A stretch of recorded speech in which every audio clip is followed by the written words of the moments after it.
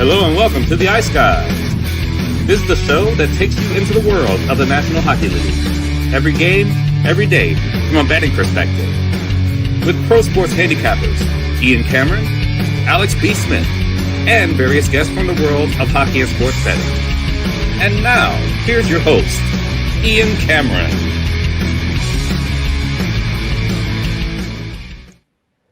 Welcome to the Ice Guys, Tuesday, May 26th. Ian Cameron with you. Alex B. Smith not with us this afternoon, but he will be with us tonight for the Ice Guys live betcast for Game 4 between the Avs and the Golden Knights. And speaking of that betcast, it is tonight, 9 o'clock p.m. Eastern Time, Game 4, Western Conference Final. Can the Golden Knights complete the sweep? An improbable sweep of the Colorado Avalanche. They'll have that opportunity tonight to punch their ticket to the Stanley Cup Final for the third time in franchise history. Game 4, Western Conference Final, 9 o'clock p.m. Eastern tonight, Colorado, Vegas. Patreon exclusive Ice Guys live betcast. To be part of the betcast, to join us either on the stream itself or to tune in to the betcast, make sure you're a Patreon member. Get on board, patreon.com/Ice Guys. Last night, a very entertaining Game 3 Eastern Conference Final, Carolina and Montreal. And for the first time in these playoffs, the Montreal Canadiens dropped 2 straight games. 2 straight losses for the first time in these playoffs for the Montreal Canadiens. It was a game where Carolina, once again, for the third straight game, got on the board first with the 1-0 lead. But Montreal did respond with a Mike Matheson wrist shot from the point, which eludes the glove of Freddie Anderson to tie the game at 1. But then Carolina, with a very quick response after that, with Taylor Hall's goal to go up 2-1 late in the first period. Gostisbehere, of course, got the first Carolina goal. And all those early bets we liked, they all hit. We had Montreal goal in the first period. That is now a remarkable, and to me it's remarkable, 15 of 17 playoff games for the Montreal Canadiens where they have scored a goal in the opening period. That's impressive. Montreal Canadiens now, we had the first period over as well, which was Alex's best bet. I was on that too. That's now 9-0 run for 10-0 run now for the Montreal Canadiens as far as first period overs in their playoff games. 10-0 first period over run for them. And a majority of these games too, there's been goals early. I think goal in the first 10 minutes is on an undefeated run in the Montreal playoff games as well. So anyway, that's been where the money's been in this series. It's just looking at the goals to be plentiful early. And unlike Game 1, where it went over in the full game, we have seen a bit of a slowdown. Things grind into a halt a bit more. A defensive attention, if you will, becoming more and more prevalent in the latter part of the game. So even though all 3 games in the series have gone over in the first period, the last 2 have gone under for the full game. A product again of the game tightening up a little bit later in the game. Montreal tied it, of course, in the second period. It was a beautiful play by give and go, finished off by Lane Hudson. It was such a great read by him in the neutral zone and in the offensive zone to take it to the net, really catch the Carolina penalty killers off guard, out of position, and were not ready to handle it. And that tied the game up at 2. But it seemed like as that game went on, and clearly the shots indicate it. I mean, the shots in that game were 38-13 Carolina. I think the shot attempts were like 80-30 something in the game in favor of Carolina. You could clearly see that that's 2 games in a row where the Carolina Hurricanes have started to wear down this Montreal team a little bit. And another overtime game last night, and Andrei Svechnikov with the overtime winner. It did officially go to Andrei Svechnikov, not Evgeny Svechnikov, by the way, unlike what Chris Cuthbert said during his call. And by the way, Cuthbert, I know he's getting crucified for calling Andrei, his brother, accidentally Evgeny Svechnikov on the overtime winner. It's an honest mistake, man. Sometimes it's just a slip of the tongue, brain fart. It's going to happen. You don't think I haven't had a bunch of fucking brain farts on this show in the past? Of course I have. Everybody's human. I'm only human, born to make mistakes. Remember that song from the 80s? Yeah. Everybody's human. You're going to make a mistake every now and then. I love the way he responded, Cuthbert, with the tweet saying, apologies to you, Andre. I just hope I had the right Aho screening in front of the net, talking about the other. the other Sebastian Aho that was playing with the Islanders for a bit, but it happens. But a nice job there by Carolina all around. Andrei Svechnikov with the shot. Great screen in front by Sebastian Aho for the overtime winner. Back-to-back 3-2 overtime wins for Carolina to take a 2-1 series lead.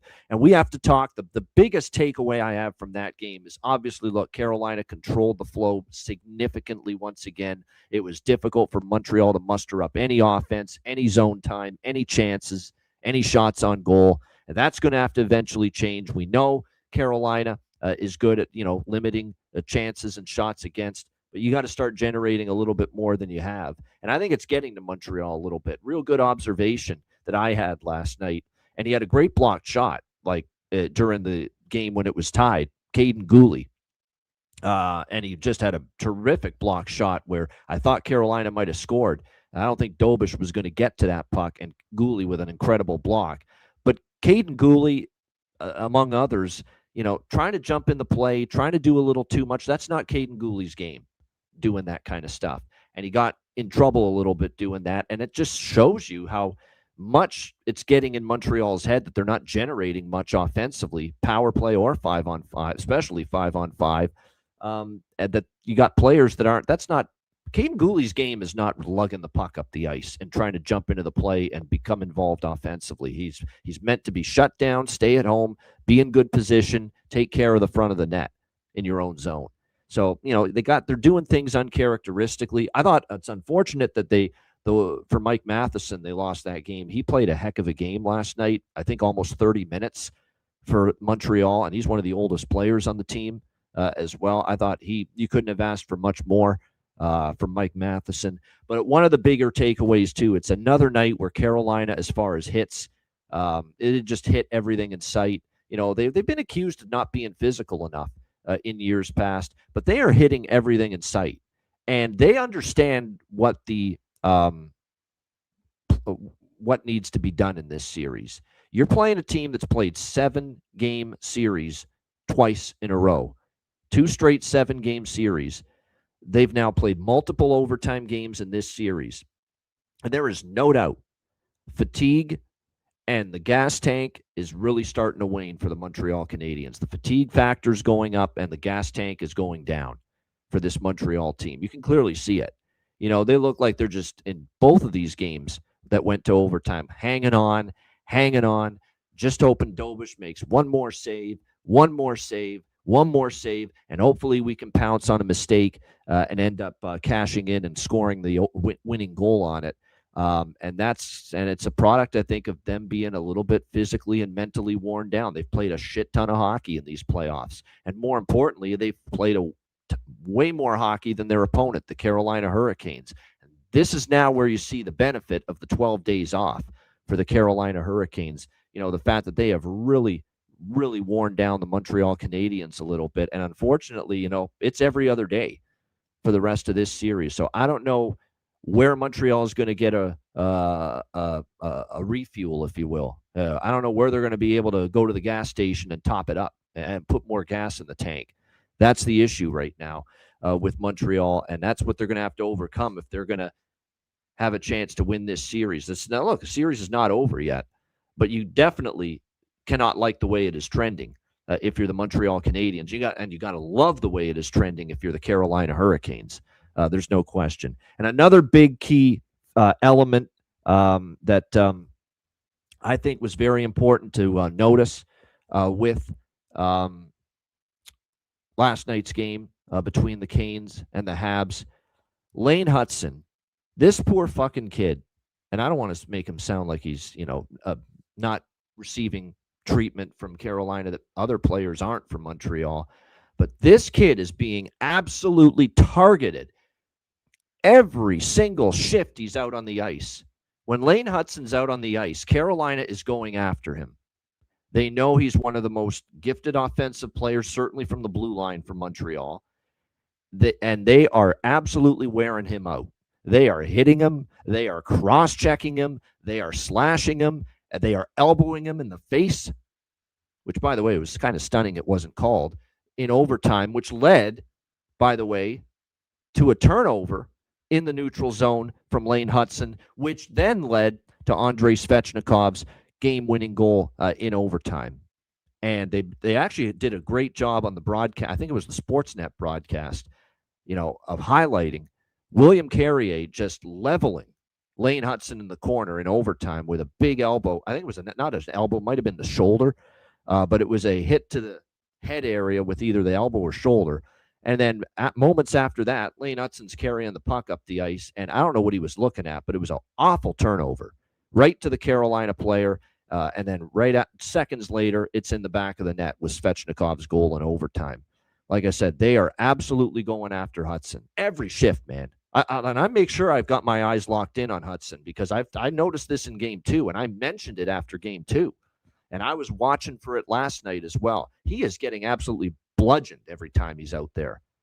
Like, they are not letting him go step on the ice for one shift without taking some sort of physical punishment. Like, they are absolutely, the plan is clear to punish this kid physically, and they are doing one hell of a good job with it right now, Carolina. And I think some of this physical punishment led to that turnover. I think he might have been a little bit dazed after that collision with Carrier in the corner. And then sure enough, turnover, and then, of course, the overtime goal. So, like I said, it's you got to give Carolina credit. This is not, fun and games. This is not, a situation where, this is play for keeps, man. This is the Stanley fucking Cup here. You do whatever the hell it takes to win. I got no problem with this. I know there's a Habs fan of mine, good friend, and he's getting frustrated that they're taking liberties with Hudson and saying, oh, this guy should be suspended for this. They shouldn't be doing this to Hudson. Most of it is within the rules. They haven't stepped out of bounds with a lot of these hits. This is it's the playoffs, man. You have to make your opponent pay a physical price, especially when we get this deep into the playoffs, because it's about who's left standing. Just look at Colorado, and we'll get to them in a minute. All the freaking injuries they've got. You think anybody's 100% there? Nobody's 100%, but some teams are worse off with injuries and overall team health than others. And if you're going to win the Stanley Cup, you have to wear down your opponent physically, however you can. And Carolina's doing a good job of that right now, especially against Lane Hudson. But they're hitting other people too, like they're hitting Caulfield. They're even hitting Slavkovsky, even though he's a big guy. Like, it's just been very, very impressive to see the way this team has been. I think they've ratcheted up the physical play big time. I think they learned a few lessons, painful lessons, playing the Florida Panthers in that regard. What they had to do, what they have to do to get over this conference final hump that they are trying to get over. And you got to give them credit for it. And like I said, going into game 4, I'm worried for Montreal about they're running out of steam. They're running out of gas, and they've just got to, Marty St. Louis is going to try to make some adjustments. You got to try to generate more offense, but it's easier said than done when you played a lot of hockey, way more hockey than your opponent. And that's where we're at now. Montreal's got to find some reserve energy somewhere going into game 4, because this series is done if they don't win game 4. I can't envision a scenario where down 3-1, they're beating the Hurricanes 3 straight times, especially when they've played much more hockey than Carolina so far in these playoffs. So we'll see. I thought it was a tough night again for, Slavkovsky again didn't have a great night. You wonder if there's an injury there with him. I mean, that's sometimes you use the injury, he's got to be injured as an excuse for poor play. But, he really hasn't been great as far as that goes in this series. And their depth guys have really stopped producing too. Zach Bolduc. And the problem is Zach Bolduc's not great defensively, and they don't always want to put him out there because of that. So if he's not scoring, they don't love him defensively. It's hard to get ice time for him. It's really the truth of the matter. So again, Kirby Dach gave you some offense earlier in the playoffs. I haven't had anything from him in this series. So like I said, it's Montreal's got their work cut out for them. That being said, as Jonathan's just pointing out in the chat, the counter to this is that, wow, you know what? We've been dominated the last 2 games, and yet we were one shot away from winning both of those games, game 2 and game 3, if you're Montreal. You could look at it that way. But at the same point in time, you can't just get caved in like this 2 games in a row and expect to win. Like at the end of the day, yeah, you could have won game 2. You could have won game 3. Did you deserve to win game 2? Did you deserve to win game 3? No, you didn't. You were dominated. You were very much outplayed. So from that standpoint, yeah, there you go, Jonathan. Doc and Veleno, Joe Veleno, just 8 minutes last night. Right now, Marty St. Louis is having a hard time trusting some of his depth forwards, and that's a problem. That's a problem when you played way more hockey than your opponent in this series.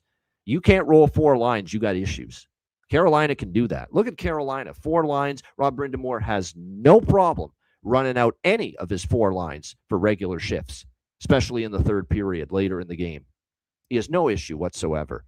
And you worry that that's going to add up a little bit here as this series goes on. And it's not just mental, it's physical for Montreal.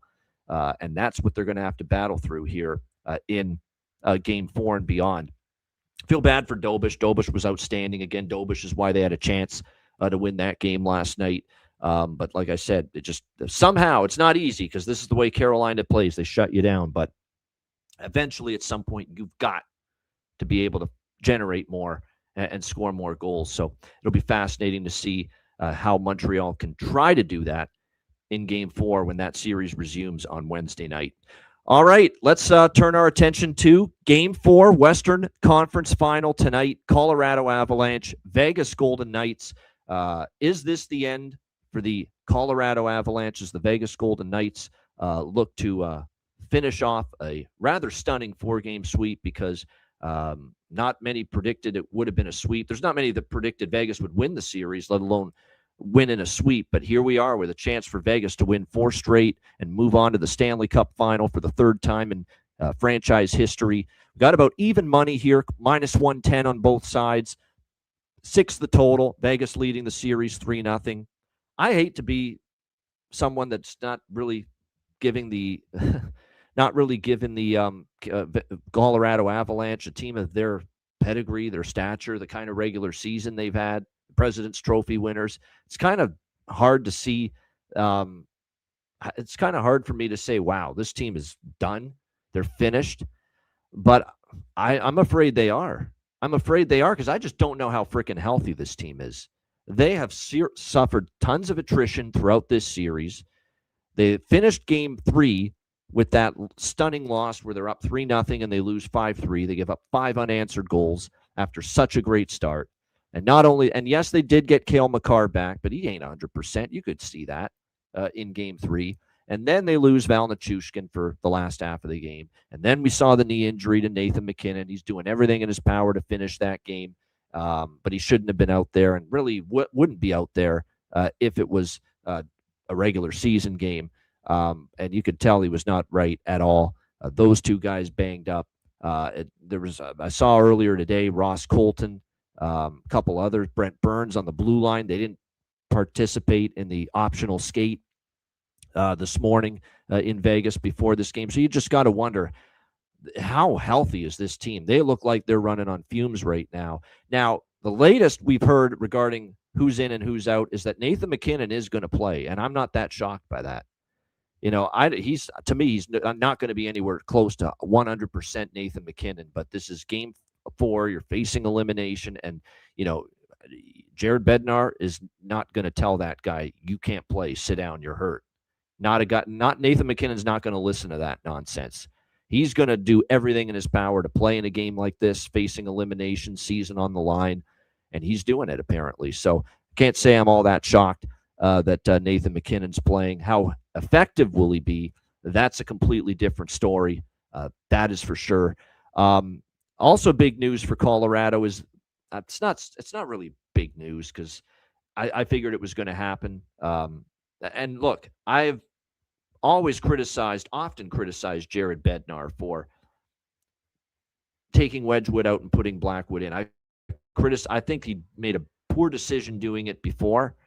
I have no issues with him doing it here because I don't think Wedgwood was great in Game 3. I thought that was not the best performance from Wedgwood the other night. Now, they have way more issues than the goaltending, but I'm not that shocked that Blackwood's in here for Game 4 tonight. So just to shake things up, give Vegas a different look. in between the pipes. I'm not saying it's going to work, and I'm not a big Blackwood fan, especially the way he's played this year. Like, his numbers are not great. We remember the last time we saw him in the playoffs, he was absolutely getting lit up by the Minnesota Wild. It was an ugly game in that playoff series. I'm just looking at it now. He gave up 3 goals in the first period, May 13th of that series, and he got pulled, and it was ugly.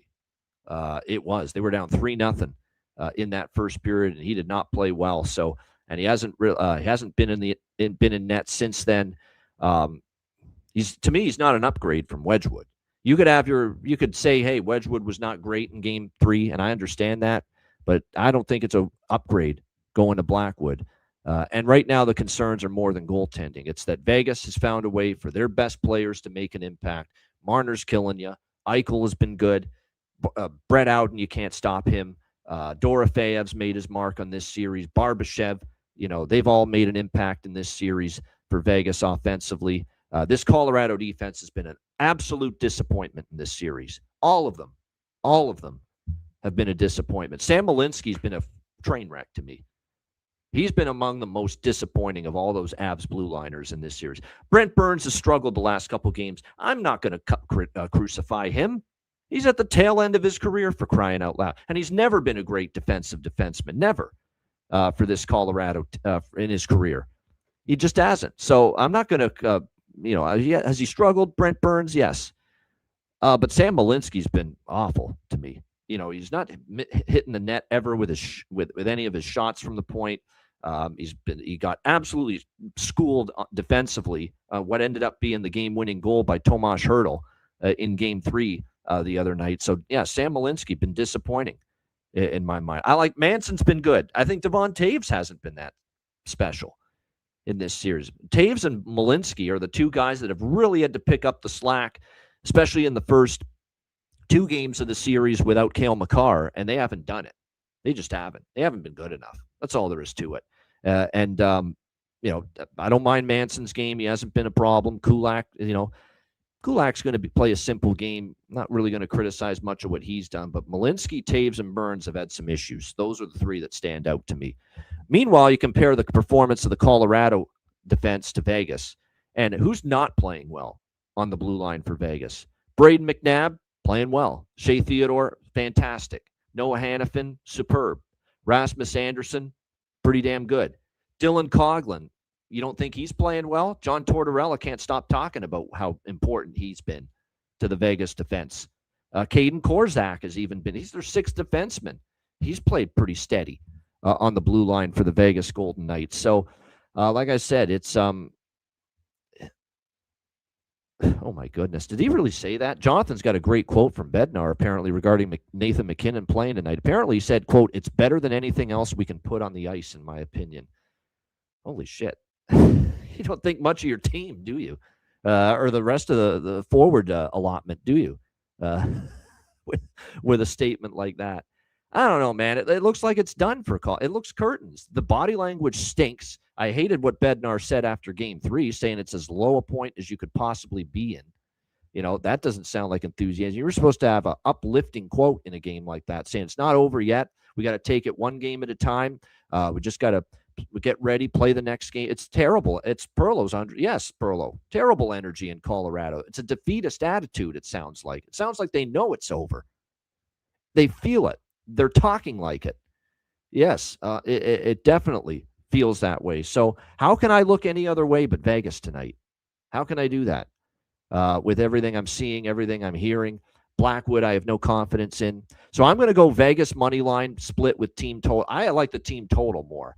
I got Vegas team total over 3, minus 115 yesterday at BetMGM. I think there's a chance some of the price might have jumped up a little bit on it, but I think you'll still get 3 at a pretty reasonable price. The money line team total over split. The Vegas puck line plus 200. Jonathan likes that. I don't hate that either, but I like the team total over 3 most of all. By the way, here's an interesting stat too. Vegas has actually scored 3 goals or more in 11 of their last 12 playoff games. I mean, you probably wouldn't figure that unless you looked it up, but Vegas has really been consistent getting to that 3 goals plateau throughout the Stanley Cup playoffs. 11 of their last 12 playoff games, the Vegas Golden Knights have scored at least 3 goals. Not to mention, the reason why I like the team total, too, is because if obviously the Golden Knights if they're leading in the third period, that could open up the floodgates. This could also be a night maybe to go with Vegas alternate team total. Sprinkle on that over 4.5 at a really good plus price, which I think I might do at this point in time. So, like I said, it's just difficult, and we got the betcast tonight. So if for whatever reason Colorado comes out strong and, and maybe they've got one last salvage their season performance in them, but I got to see it before I believe it. With the injuries, McKinnon's going to be far less than 100%. There's no doubt Makar's less than 100%, even though both of them are going to play. We don't know if Big Val Nichushkin's going to play. He's a game-time decision. There's other players, I'm sure, banged up, including Burns, Colton, and others. So, like I said, definitely it's just hard to envision Colorado extending the series with just how how demoralized they were from that game the other night. So I'm going to go with Vegas money line team total over split. I'm going to be on the first period over and the full game over again. That's another thing too I mentioned about liking the over in Game 3. This has been a weird head-to-head series as far as totals are concerned, where we've seen all the games in Colorado go under and all the games in Vegas go over. I can't figure it out why, but the games in Colorado, 2-1 under, 3-2 under, 3-2 under, 4-2. The total was 6.5 in that game that was 4-2, and it went under. That was Game 1. And then 3-1 in Game 2 in Colorado under. And look at the last 5 games now in Vegas between the Avs and the Golden Knights. 4-3, game went over the total. 8-4, game went over the total. 4-2, that did stay under, the one under in Vegas. 6-5 over in the next game in Vegas. That was back in December. And then the one game in this series played in Vegas at T-Mobile, 5-3, Game 3 the other night, going over the total. It's been just a weird series. It's been low scoring in Denver at Ball Arena. It's been high scoring with these teams at T-Mobile Arena between them. So we'll get in on the over 6 here as well. Empty net props, clearly. Empty net goal, you'll find that at BetMGM. Vegas to score an empty net goal specifically. We'll get in on that as well. I'm sure Alex will have that. I'll mention Alex's bargain bin special and best bet when we do that segment. And then as far as props for this game here tonight, do I even have to mention the 2 words that I shouldn't even need to mention them? Brett Howden, do I really need to say it? Do I really, really need to mention Brett Howden anymore? He's obviously been just phenomenal, putting the puck in the net for Vegas. Empty net goal from him the other night in Game 3. Just keep going back to that well. Yeah, and he's that, by the way, on the betcast tonight, let's say he hasn't scored yet, Brett Howden, and even if he has, and Vegas is leading in the third, which means we're going to look for some live empty net goal props during the betcast tonight. Brett Howden's got to be one of them. He is a really good empty net goal candidate for the Vegas Golden Knights, no question. So yeah, Brett Howden to score 100%. Close shave Barbashev. I think Barbashev, this feels like a night where he might step in and produce. He's had a pretty good series overall. Remember, he had the two goal performance, I believe, in Game 2 of this series. That's worth a look. I mean, if I'm going to look at anyone for Colorado, I'm actually going to look at some of the vets that have really given them something in this series. Another one, too, that has value because he's on the second line. He finally scored the other night. Keep an eye on William Karlsson, Wild Bill. I think Wild Bill now is up on the second line. Don't forget about that.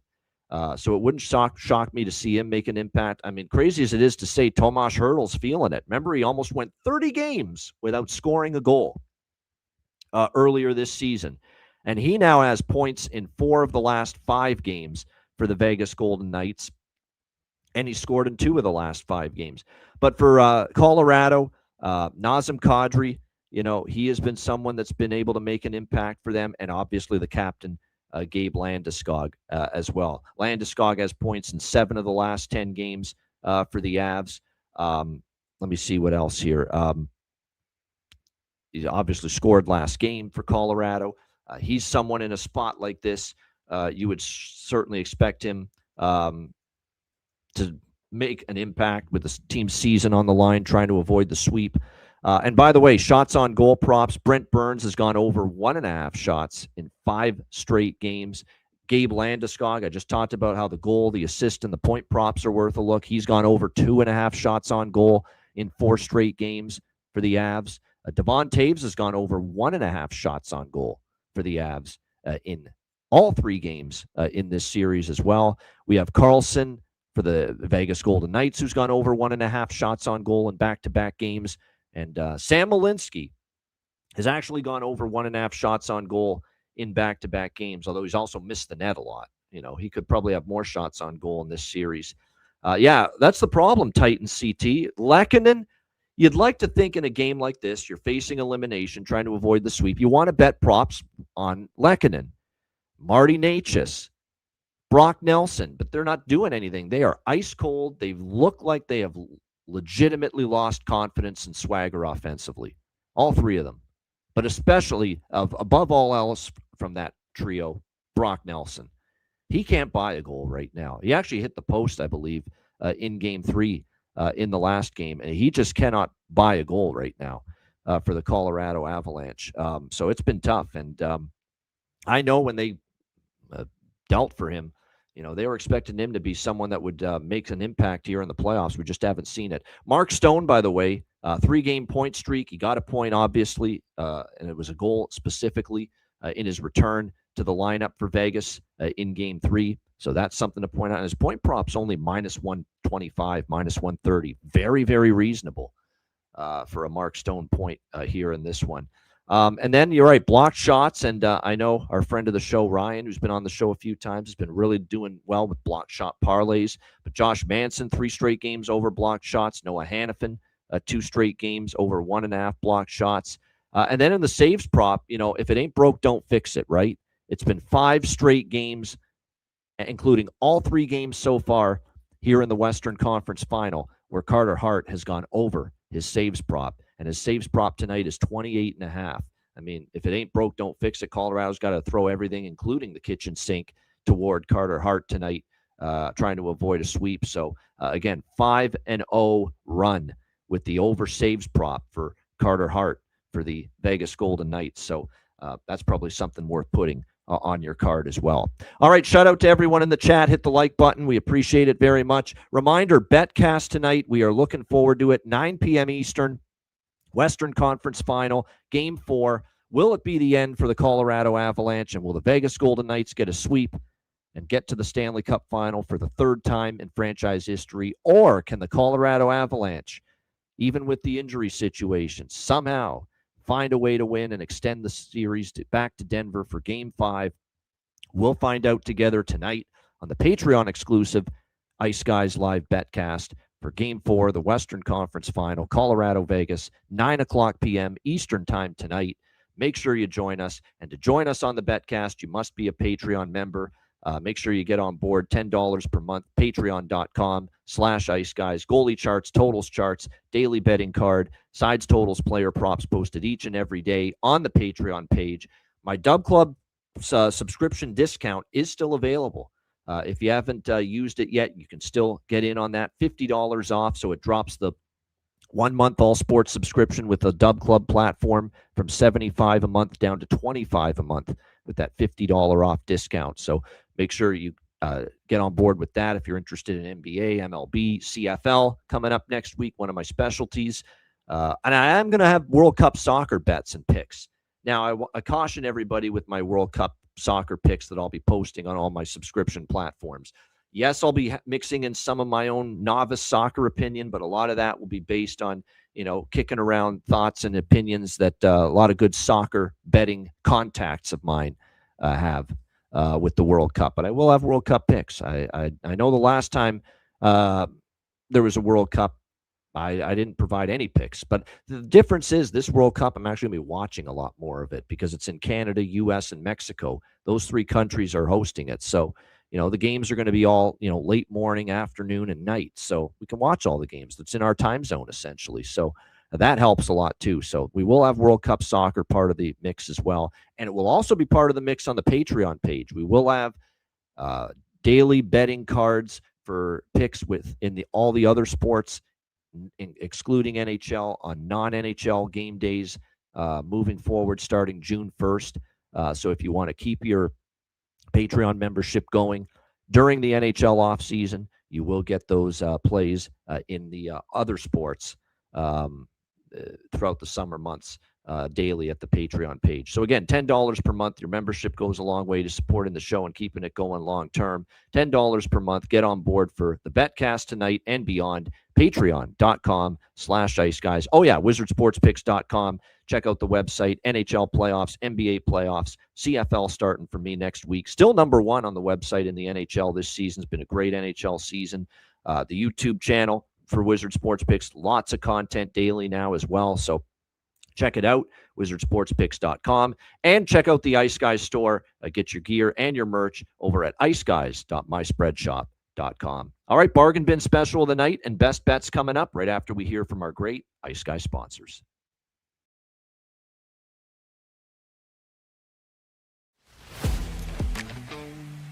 Wizard Sports Picks, featuring the finest handicappers in the universe.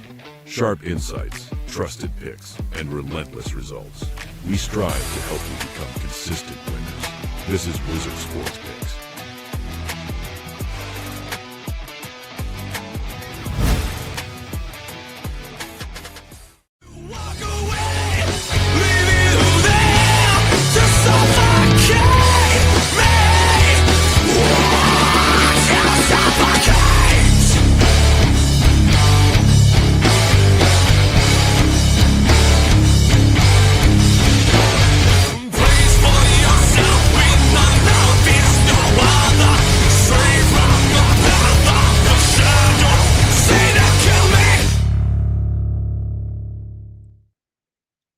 All right, bargain bin special of the night for Game 4, Western Conference Final between the Avalanche and the Golden Knights.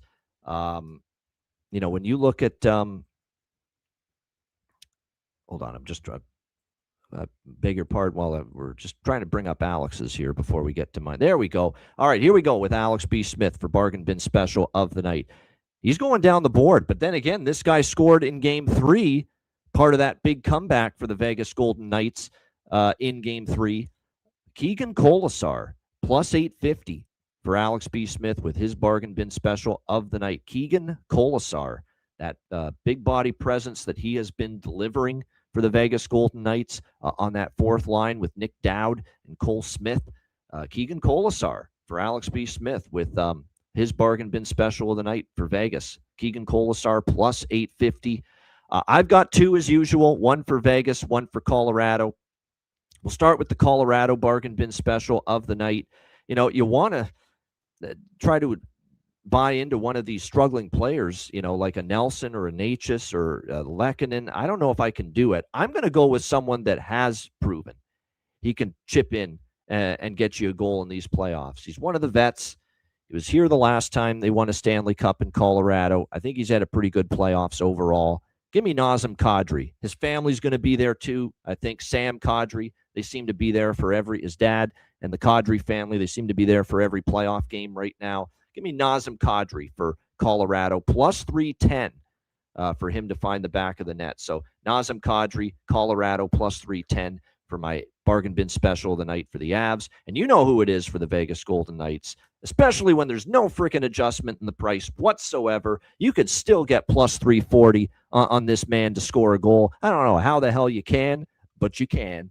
Brett Howden, Vegas, plus 340 to find the back of the net once again.